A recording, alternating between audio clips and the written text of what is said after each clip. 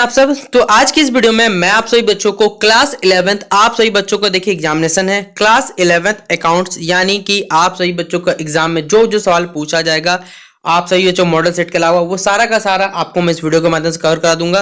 तो आप सभी बच्चे वीडियो को लास्ट तक बने रहिएगा। वीडियो पसंद आता है तो वीडियो को लाइक करिएगा, चैनल पर अगर न्यू आए तो चैनल सब्सक्राइब करिएगा और साथ में बेल आइकन पे क्लिक करिएगा ताकि इसी प्रकार हर वीडियो का नोटिफिकेशन आपको हमारे चैनल पर मिलता रहे। और आप सभी बच्चों को बता दूं, चाहे आपका इकोनॉमिक्स हो, चाहे बीएसटी हो, चाहे बीएमटी हो, देखिए जो भी आपका कॉमर्स सब्जेक्ट है, इको इंग्लिश जो भी है, ठीक है, सारा का सारा चैनल कंटेंट पर अपलोडेड है, जाके देखिए और अपने अपने एग्जाम की तैयारी करिए। तो चलिए वीडियो को शुरू करते हैं। देखिए पहला सवाल है, कौटिल्य ने इस पर यहाँ पर इस नहीं होगा, किस पुस्तक पे देखिए यहाँ लिखी है बताना है, ठीक है, कौन सी पुस्तक यहाँ पर कौटिल्य के द्वारा लिखी है। और ये जो वीडियो है इसमें आपको जो कंटेंट मिलेगा वो दोनों हिंदी और इंग्लिश दोनों लैंग्वेज में मिलेगा, ताकि आप सही बच्चे जो भी हिंदी इंग्लिश जिसमें एग्जाम में आप जिसको समझने दिक्कत होगा वो आप लोग आराम समझ सकते हैं। तो कौटिल्य के द्वारा देखिए कौन सी पुस्तक लिखी गई, तो आप लोग सब अच्छे से जानते होंगे, क्या लेखांकन नहीं, अर्थशास्त्र, हाँ यही सही है। कौटिल्य के द्वारा देखिए क्या लिखा गया, कौन सा पुस्तक, तो उसका नाम ही क्या है हमारे पास है, तो अर्थशास्त्र यानी कि इकोनॉमिक्स क्या होगा, राइट आंसर होगा। फिर अगला हमारे पास जो लेखांकन है वो सतर्कतापूर्ण एवं कुशल पर आधारित होता है। ये किस प्रणाली के अंतर्गत आता है, पुस्तपालन प्रणाली, या फिर ऑप्शन नंबर बी अभिलेखन प्रणाली, ऑप्शन नंबर सी वर्गीकरण प्रणाली और ऑप्शन नंबर डी संप्रेषण प्रणाली। तो आपको ये चारों ऑप्शन इंग्लिश में भी दिए गए कि book keeping system, recording system, classification system या फिर कम्युनिकेटिंग सिस्टम। तो अकाउंटिंग जो है या फिर लेखांकन संख्या सतर्कपूर्ण एवं कुशलता पर आधारित किस पर होता है, तो याद रख लीजिएगा वो होता है पुस्तपालन प्रणाली यानी book keeping system. Option number A क्या हो जाएगा बच्चों, इसका सही जवाब हो जाएगा। अगला सवाल है, पुस्तकों के एक सेट में सभी व्यावसायिक लेन देनों को व्यवस्थित करने से जो रिकॉर्ड करने की कला होती है उसे हम लोग क्या कहते हैं, लेखांकन कहते हैं, पुस्तपालन कहते हैं, खाता बही कहते हैं, या फिर option number D none of the these. तो क्या कहलाता है, हम लोग देखिए जो डाटा बना के रखते हैं बेसिकली वो क्या कहलाता है, तो पुस्तपालन यानी बुक कीपिंग। ऑप्शन नंबर क्या होगा, बी इसका सही जवाब हो जाएगा।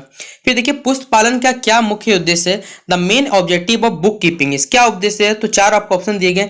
लेन देन का जो भी पूर्ण अभिलेखन वहां लिखा हुआ रहेगा। व्यवसाय पर देखिए जो भी वित्तीय प्रभाव है उसका निर्धारण कर सकते हैं हम लोग। समंकों का विश्लेषण तथा निर्वाचन भी कर सकते हैं, या फिर ऑप्शन नंबर डी दोनों कथन यहाँ पर सही है। तो इसका सही उत्तर क्या हो जाएगा बच्चों, हम लोग लेन देन का पूर्ण अभिलेख यहाँ पे देख सकते हैं। व्यवसाय पर देखिए जो भी वित्तीय प्रभाव वो भी देख सकते हैं। समंकों का विश्लेषण, निर्वाचन, ये सारा का सारा प्रोसेस यहाँ देखा जा सकता है, इसलिए तीनों कथन सही है। ये दोनों के दोनों कथन सही, ऑप्शन नंबर ए और बी, इसलिए ऑप्शन नंबर डी क्या हो जाएगा, ए और बी दोनों इसका सही उत्तर होगा। फिर लेखांकन का देखिए मुख्य कार्य क्या है, the prime function of accounting is, क्या वो व्यावसायिक लेन देनों का अभिलेखन करना, या फिर व्यावसायिक के गुणों का अभिलेखन करना, या फिर ऑप्शन नंबर सी व्यावसायिक व्यवहारों का अभिलेखन एवं वर्गीकरण करना, या फिर ऑप्शन नंबर डी कार्रवाई के लिए देखिए यहाँ पर सूचना आधार प्रदान करना। यहाँ पर तो क्या होता है देखिए लेखांकन का मुख्य कार्य कि वो हमें क्या करता है, व्यावसायिक देखिए जो भी हमारे व्यवहार है, ठीक है, उसका अभिलेखन करेगा और उसके बाद उसको वर्गीकरण करता है। इसलिए ऑप्शन नंबर सी क्या होगा, recording and classifying business transaction, इसका सही उत्तर हो जाएगा। अगला सवाल है आपसे बच्चों पूछा हुआ है कि परंपरागत खाता कितने, यानी जो हमारे ट्रेडिशनल अकाउंट्स होते हैं वो कितने प्रकार के मुख्यतः होते हैं। तो याद रखिए ये बेसिकली तीन टाइप का होता है, आपने पढ़ा भी होगा। तो 6 का क्या हो जाएगा बच्चों, बी 3 इसका राइट आंसर हो जाएगा। अगला सवाल आप बच्चों से पूछा हुआ देखिए यहाँ पर कि निम्नलिखित में से कौन सा समीकरण सही है, और ये तो आपको देखिए फॉर्मूला बेस्ड है, और फॉर्मूला बेस्ड बैठाने के लिए देखिए आपको याद होना चाहिए कि जो संपत्ति यानी कि जो एसेट्स होते हैं वो हमारे पास जो पूंजी या फिर जो हमारे दायित्व जिसे आप लोग कैसे लिएबिलिटीज के नाम से जानते होंगे वो उसके बराबर होता है। तो संपत्ति बराबर क्या हो जाएगा, पूंजी प्लस क्या हो जाएगा बच्चों हमारे पास दायित्व हो जाएगा, यानी एसेट्स बराबर हो जाएगा यहाँ पर capital plus liabilities. Option number क्या टिक करिएगा, सी नंबर इसका सही जवाब टिक करिएगा। फिर हमारे पास देखिए कार्यालय भवन के किराए में रूप में दिए जाने वाला जो 5,000 रुपया है वो क्या है, इवेंट है, लेन देन है, दोनों ही कथन सही या फिर इनमें से कोई भी कथन सही नहीं। आप बताइए क्या होगा, ये 5,000 रुपये दे रेंट पे तो लेन देन ही होगा ना, यानी क्या होगा, ट्रांजेक्शन होगा, ऑब्वियसली बात है। तो ऑप्शन नंबर बी क्या हो जाएगा, लेन देन, इसका सही उत्तर हो जाएगा। फिर अगला सवाल आपसे बच्चों के लिए कि एक लेजर एक तरफ में कितने कॉलम होते हैं। तो हाँ मैंने columns are there in a ledger in one side, 4, 5, 6 या 7। तो क्या होगा बच्चों इसका सही जवाब, ऑप्शन नंबर ए 4 हो जाएगा इसका सही जवाब। फिर अगला सवाल है, पुस्तपालन मुख्य रूप से संबंधित होता है किससे, यानी book keeping is mainly concern with, फिर अभिलेखों समंकों का सारांशित करने में, या फिर समराइजिंग द रिकॉर्डेड डाटा, या फिर ऑप्शन नंबर बी उपयोक्ताओं के लिए समंकों निर्वाचन करने से, या फिर ऑप्शन नंबर सी वित्तीय समंकों के अभिलेखन से, या फिर ऑप्शन नंबर डी इनमें से कोई भी कथन सही नहीं है। तो इसका सही उत्तर क्या हो जाएगा, वित्तीय समंकों के अभिलेखन यानी रिकॉर्डिंग ऑफ फाइनेंशियल डाटा। अगला सवाल आपसे बच्चों से पूछा हुआ है कि जो बकाया खाता होता है यानी बकाया वेतन जो खाता है यानी आउटस्टैंडिंग सैलरी अकाउंट जो है वो क्या है, कि व्यक्तिगत खाता, अव्यक्तिगत है, वास्तविक खाता है, इनमें से कोई भी कथन सही नहीं है वो बताना है। तो जो हमारे पास बकाया खाता यानी जो बचा खाता, ये तीनों ऑप्शन में से कि कोई ऑप्शन सही नहीं है, इसलिए ऑप्शन नंबर डी क्या हो जाएगा, इनमें से कोई भी नहीं इसका राइट आंसर होगा। फिर लेखांकन की जो भाषा यानी द लैंग्वेज ऑफ अकाउंटिंग, मुद्रा है, लेन देन है, बिजनेस है, या फिर ऑप्शन नंबर डी इनमें से कोई भी कथन सही नहीं है। आप बताइए क्या होगा, जो हम लोग लेन देन करते हैं या फिर लेखांकन करते हैं वो किसका पार्ट है, बिजनेस का ही पार्ट होता है बेसिकली ना। तो ऑप्शन नंबर क्या होगा, बिजनेस या फिर व्यापार आप बोल सकते हैं इसका सही जवाब।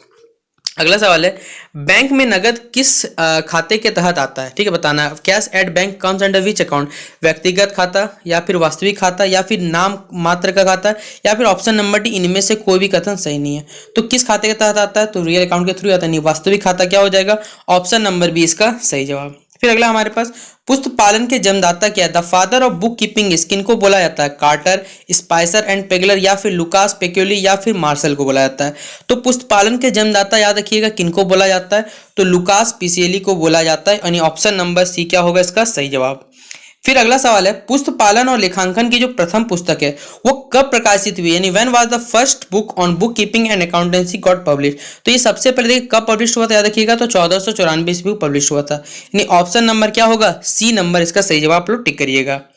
फिर अगला सवाल आपसे बच्चों के लिए यहाँ पर कि स्थायी संपत्ति में कौन सा सम्मिलित होता है, यानी फिक्स्ड एसेट में अंतरिम रहतिया यानी क्लोजिंग स्टॉक, फर्नीचर, अग्रिम भुगतान पेमेंट इन एडवांस या फिर देनदार या डिबिटर्स। तो कौन इंक्लूड होते हैं या फिर सम्मिलित होते बोल सकते हैं आप लोग, तो वो होते हैं कौन, देनदार या फिर कैसे डिबिटर्स। ऑप्शन नंबर डी क्या हो जाएगा इसका सही जवाब हो जाएगा, ठीक। और सॉरी बच्चों डिबिटर्स बोल रहा हूँ, सॉरी फर्नीचर होगा ना, यहाँ पर क्या हो जाएगा हमारे पास ऑप्शन नंबर बी हो जाएगा। स्थायी संपत्ति बोला, स्थायी संपत्ति जो हमारे पास सम्मिलित रहेगा, तो ऑप्शन नंबर देखिए बी टिक करिए, ठीक है, गलती से मुझे डी निकल गया था मुझसे। अगला सवाल है, स्वामीगत कोष के अलावा संस्था के दायित्व क्या कहा जाता है, यानी the obligation of an enterprise other than owners fund is known as संपत्ति, यानी एसेट, लिएबिलिटीज यानी दायित्व, पूंजी, कैपिटल, इनमें से कोई भी कथन सही नहीं है। तो इसका सही उत्तर क्या हो जाएगा बच्चों, ऑप्शन नंबर बी लिएबिलिटीज या फिर दायित्व आप कह सकते हैं, तो ऑप्शन नंबर बी टिक कर लीजिएगा सही जवाब। फिर अगला हमारे पास, ट्रांजेक्शन का मतलब ही क्या होता है ये हमें बताना है। तो हम लोग जानते हैं ट्रांजेक्शन मतलब ही होता है कि हम लोग कोई चीज़ खरीदने के बदले पैसा दिए, यही पूरा एक्सचेंज ऑफ मनी, कोई सामान के बदले सर्विस के बदले मनी देते हैं, यही ट्रांजैक्शन होता है। तो क्या हो जाएगा, माल एवं सेवाओं को मुद्रा में क्या हो जाएगा बच्चों, विनिमय यानी एक्सचेंज ऑफ गुड्स यहाँ पर होगा, and services in terms of यहाँ क्या होगा, मनी। तो ऑप्शन नंबर बी टिक कर लीजिएगा इसका सही जवाब आप लोग। फिर अगला सवाल है, आप सही बच्चों से यहाँ पूछा हुआ देखिए कि उन सभी को जिनका धन व्यवसाय धारता है उसे कहा जाता है, all those of whom business owns यहाँ पर मनी आर कॉल्ड, देनदार, लेनदार, निवेशक, इनमें से सभी कथन सही है। तो क्या होगा बच्चों सही जवाब, इसे कहा जाता है लेनदार यानी creditors, option number B tick कर लीजिएगा सही जवाब। फिर अगला सवाल आपसे बच्चों के लिए, व्यय के लिए देखिए जो प्रयुक्त अंशशब्द यानी अनदर टर्म फॉर एक्सपेंस का उल्ट एक और शब्द बताना है, क्या होगा, समाप्त लागत या फिर एक्सपायर्ड कॉस्ट, असमाप्त लागत अनएक्सपायर्ड या फिर संपत्ति या फिर लॉस यानी हानि जिसे कह सकते हैं। तो क्या होगा बच्चों, किस नाम से आना जाएगा, समाप्त लागत या फिर एक्सपायर्ड कॉस्ट हो जाएगा, ऑप्शन नंबर ए। फिर अगला सवाल आपसे बच्चों से पूछा हुआ है कि द्वि पहलू अवधारणा पर आधारित व्यावसायिक लेन देन को अभिलेख करने की विधि को क्या कहा जाता है, दोहरा रेखीय प्रणाली, दोहरा खाता प्रणाली, दोहरा पुस्तक प्रणाली या फिर उपरोक्त सभी कथन सही है। तो इसका सही उत्तर क्या हो जाएगा बच्चों, दोहरा लेखा प्रणाली, ऑप्शन नंबर ए। फिर माल उधार की खरीद दर्ज किया जाता है किसके द्वारा, क्रय किताब, बिक्री किताब, रोकड़ बही या इनमें से कोई भी कथन सही नहीं है। तो इसका राइट आंसर क्या हो जाएगा बच्चों, क्रय किताब, ऑप्शन नंबर ए। फिर अगला हमारे पास, लेखांकन के सिद्धांत सामान्य आधारित होते हैं, यानी accounting principles are generally based on विषय निष्ठा पर, व्यवहारिकता पर, या फिर ऑप्शन नंबर सी हमारे पर अभिलेखन पर, सुगमता पर, या फिर ऑप्शन नंबर डी संकल्पना पर। तो किस पे बेस्ड होता है यह बताना हमें, तो ये होता है व्यवहारिकता पे क्या होता है बेस्ड होता है। तो 23 का क्या टिक करिएगा, बी नंबर इसका सही जवाब। फिर अगला सवाल देखिए हमारे पास, किस अवधारणा के अनुसार उन लेन देनों को जिन्हें मुद्रा के रूप में व्यक्त किया जाता है लेखा पुस्तकों में अभिलेखित किया जाता है उसे क्या कहा जाता है, व्यावसायिक इकाई, द्विपहलू इकाई या द्विपहलू अवधारणा, मुद्रा की माप या इनमें से कोई भी कथन सही नहीं है। तो इसका राइट आंसर क्या हो जाएगा बच्चों, मुद्रा की माप या फिर मनी मेजरमेंट इसको कहा जाता है। अगला सवाल है आपसे बच्चों के लिए कि balance of drawing account is transfer, देखिए जो हमारे पास कह सकते हैं ड्राइंग अकाउंट में जो मनी रहता है उसे ट्रांसफर करते हैं वो क्या कहलाता है ये बताना है। तो ये क्या कहलाएगा बेसिकली, पूंजी या फिर हानि खाता जिसे आप लोग कैपिटल अकाउंट के नाम से जान सकते हैं। तो ऑप्शन नंबर क्या हो जाएगा, सी इसका क्या होगा राइट आंसर टिक करिएगा। फिर अगला सवाल आपसे बच्चों के लिए कि अदत्त व्ययों को वर्षों में अंत में लाभ हानि खाते में किस सिद्धांत के अनुसार शामिल किया जाता है। ठीक है, और क्वेश्चन इंग्लिश में भी लिखा हो तो आप इंग्लिश में नोट डाउन कर लीजिएगा। मिलान अवधारणा यानी मैचिंग कॉन्सेप्ट। फिर अगला हमारे पास पूर्ण प्रकटीकरण अवधारणा, फुल डिस्क्लोजर कॉन्सेप्ट, उपार्जन अवधारणा या फिर चालू स्थिति की अवधारणा। तो ये किसके अंतर्गत आएगा बच्चों, हमें ये बताना है। तो इसका सही उत्तर आप लोग टिक करिएगा ऑप्शन नंबर क्या, उपार्जन अवधारणा, ऑप्शन नंबर सी। फिर अगला सवाल है कि हमारे पास डुबल एवं संदिग्ध ऋणों के लिए आयोजन किस अवधारणा के अनुसार किया जाता है। रूढ़िवादिता या सतर्कता अवधारणा, पूर्ण प्रकटीकरण अवधारणा, ऑप्शन नंबर सी यहाँ पर चालू स्थिति या फिर एकरूपता अवधारणा। तो किसके अंतर्गत बच्चों ये आता है, तो याद रखिएगा रूढ़िवादिता या सतर्कता अवधारणा, ऑप्शन नंबर ए। फिर अगला हमारे पास उपार्जन की अवधारणा से संबंधित कौन सा है, द्विपहलू अवधारणा पर, लागत अवधारणा पर, मिलान अवधारणा पर या फिर इनमें से कोई भी कथन सही नहीं है। तो इसका राइट आंसर क्या हो जाएगा बच्चों, मिलान अवधारणा, ऑप्शन नंबर सी टिक कर लीजिएगा। फिर अगला हमारे पास आयकर अधिनियम के अनुसार लेखांकन की जो अवधि होती है as per income tax act, accounting का जो पीरियड होता है वो कब से कब तक चलता है। तो आप लोग ये तो आराम से बता दीजिए कब होता है। तो 1 अप्रैल से लेकर 31 मार्च तक का जो बीच का डाटा होता है उसको हम इसके अंदर रखते हैं, इसलिए ऑप्शन नंबर क्या हो जाएगा, बी नंबर इसका सही उत्तर हो जाएगा। फिर अगला सवाल आपसे बच्चों पूछा हुआ यहाँ पर कि किसी अवधारणा के अनुसार प्रतिवर्ष एक जैसी लेखांकन पद्धतियों का पालन किया जाना चाहिए, पूर्ण प्रकटीकरण, सारता, एकरूपता या फिर मिलान। तो ये क्या कहलाता है बच्चों, तो ये कहलाता है कंसिस्टेंसी या फिर कहलाता है आप कह सकते हैं एकरूपता। तो ऑप्शन नंबर सी टिक करिएगा सही जवाब।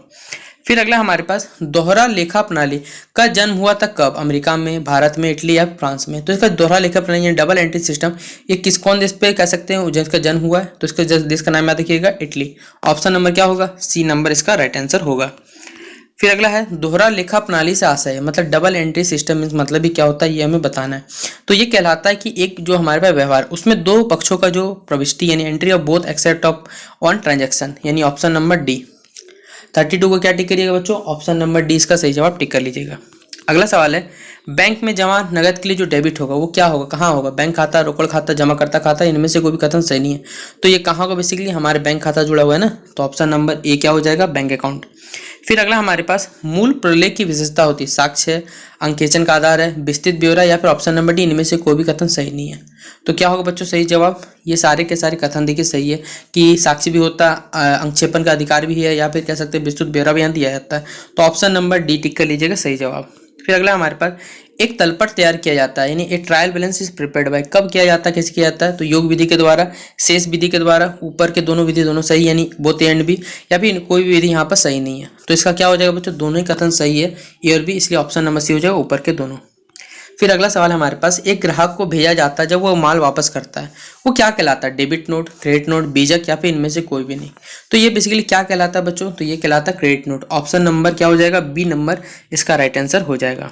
फिर अगला है हमारे पास विक्रय सही में प्रविष्टि के अभिलेखन के लिए प्रयोग किया जाना जो मूल प्रलेख या प्रमाणक है वो क्या है, बीज कब आया, बीज कब भेजा या फिर जमा पत्र या फिर नाम पत्र। तो ये क्या कहलाता है बच्चों, ये कहलाता है इनवॉइस सेंड या फिर बीजक भेजा। फिर अगला हमारे पास इनमें से कौन सा छवि पक्षी अवधारणा के अनुसार नहीं करता ये बताना है। आपको 4 ऑप्शन यहाँ दिए गए, एक संपत्ति में वृद्धि या फिर दूसरे में कमी, संपत्ति एवं दायित्व में दोनों कमी। तो कौन सा ऑप्शन चाहिए होगा बच्चों, वो हमारे पास होगा एक संपत्ति एवं पूंजी में कमी, option number D decrease in one asset and capital. ठीक है। फिर अगला सवाल है मुआवजे में देखिए जो त्रुटियां समझौते का प्रभावित करती है किस प्रकार, आर्थिक चिट्ठा, तलपट, ऊपर के दोनों कथन सही है, इनमें से कोई भी नहीं। तो इसका राइट आंसर क्या हो जाएगा, मुआवजे की जो त्रुटियां होती है उससे बताना है बच्चों कौन प्रभावित करता है, तो वो करवाता है ट्रायल बैलेंस या फिर तलपट जिसे आप लोग कहते हैं। तो ऑप्शन नंबर बी टिक करिएगा। फिर अगला हमारे पास देखिए एक न्यूमेरिकल है, बनाने का सवाल है कि एक मशीन यहाँ पर दे दिया गया 6,66,000 में खरीदेगी और उसे फिर 1,12,000 नगद दिए गए और शेष राशि के लिए देखिए तो 60 दिन का समय दिया जाता है। तो बताया गया कि स्थायी संपत्तियां कितनी होंगी, 1,20,000, 5,40,000, 6,60,000 या फिर ऑप्शन नंबर डी 0 यहाँ पर होगा। तो देखिए जब उसने 6,60,000 में कितना में 1,04,000 पेड ही कर दिया और बाकी सारा का सारा 60 दिन देना है, इसको कैलकुलेट कर लीजिएगा तो ऑप्शन नंबर आ जाएगा हमारे पास 5,40,000। तो ऑप्शन नंबर बी टिक करिएगा इसका सही जवाब। और इसी प्रकार हमारे पास क्लास 11th अकाउंट्स का देखिए टॉप 40 MCQ जो आपके एग्जाम में मॉडल सेट के अलावा पूछा जाएगा वो कंप्लीट होता है। यहाँ से आपका सवाल एकदम पूछा जाएगा। एक लास्ट वीडियो आएगा अकाउंट्स का, उसको देख लीजिएगा, बस आपको इसके अलावा कुछ नहीं पढ़ना है। ठीक है, तो चलिए मिलते हैं नेक्स्ट वीडियो पे, तब तक के लिए जय हिंद, जय भारत। और वीडियो कैसा लगा कमेंट बॉक्स में जरूर बताना है। ठीक है, चलिए पढ़ाई करिए फिलहाल।